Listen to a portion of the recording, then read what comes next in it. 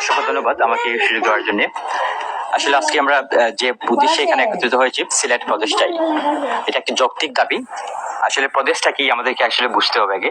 আমরা অনেকেই যারা আছি যারা জানি না আসলে প্রদেশটা কি। প্রদেশটা হচ্ছে এমন একটি শাসন ব্যবস্থা যেখানে নিজস্ব আইন এবং তার সংবিধান অনুযায়ী একটা প্রদেশ চলবে, এবং এই ক্ষেত্রে প্রতিরক্ষা এবং পররাষ্ট্র অংশটা থাকবে কেন্দ্রীয় সরকারের হাতে।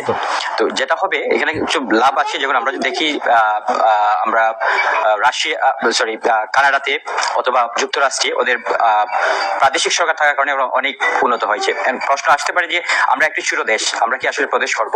এরকম অনেক দেশ আছে, লাইক সুইজারল্যান্ড, তারা কিন্তু একটা ছোট দেশ, জার্মানি একটা ছোট দেশ, কিন্তু তারা প্রদেশের কারণে অনেক অ্যাডভান্স।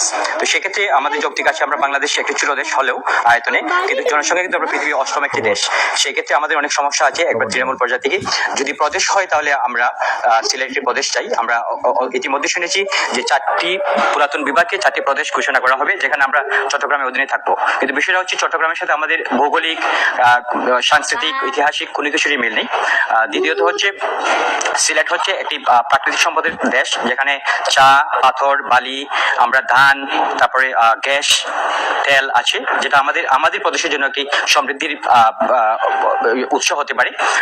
তৃতীয়ত হচ্ছে আমরা একটি প্রবাসী অধ্যুষিত দেশ, সেখানে অনেক প্রবাসীরা রেমিডেন্স পাঠান এবং সেই ফ্লোতে আমরা অনেক কিছু করতে পারি। এবং চতুর্থ, আমরা শিল্পায়নের এখানে অভাব আছে, আমাদের অনেক প্রবাসীরা আছেন, ওনারা বিনিয়োগ করতে চান না দেশে। আমার মনে হয় যদি প্রদেশ হয় তখন বুঝতে পারবেন যেটা আঞ্চলিক উন্নয়ন হবে, তখন প্রবাস থেকে বিনিয়োগ আসবে এবং আমরা শিল্পায়ন করতে পারবো। তো সেক্ষেত্রে আমাদের কিছু বিষয় করতে হবে, যেমন আমরা এই বিষয়টাকে প্রচার করতে হবে, যেহেতু একটা আলোচনা চলেই আসছে প্রদেশে। সেক্ষেত্রে আমাদেরকে আগ থেকেই এই বিষয় নিয়ে কাজ করতে হবে। এখন আমরা বর্তমানে গ্লোবালাইজেশনের তথ্য প্রযুক্তির যুগে বাস করছি, সেখানে আমরা বিভিন্ন ধরনের মিডিয়ার মাধ্যমে এটা প্রচার করতে পারি এবং জনমত নিতে পারি।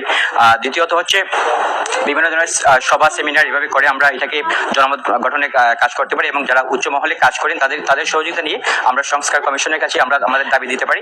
এইভাবে আমরা এগিয়ে গেলে আমার মনে হয় আমরা যেভাবে বিভাগ পেয়েছিলাম সিলেট, সেই শক্তি নিয়ে আমরা আবারও এই কাজটা এগিয়ে নিতে পারবো। সবাইকে অসংখ্য ধন্যবাদ জানাচ্ছি। আসসালামু আলাইকুম।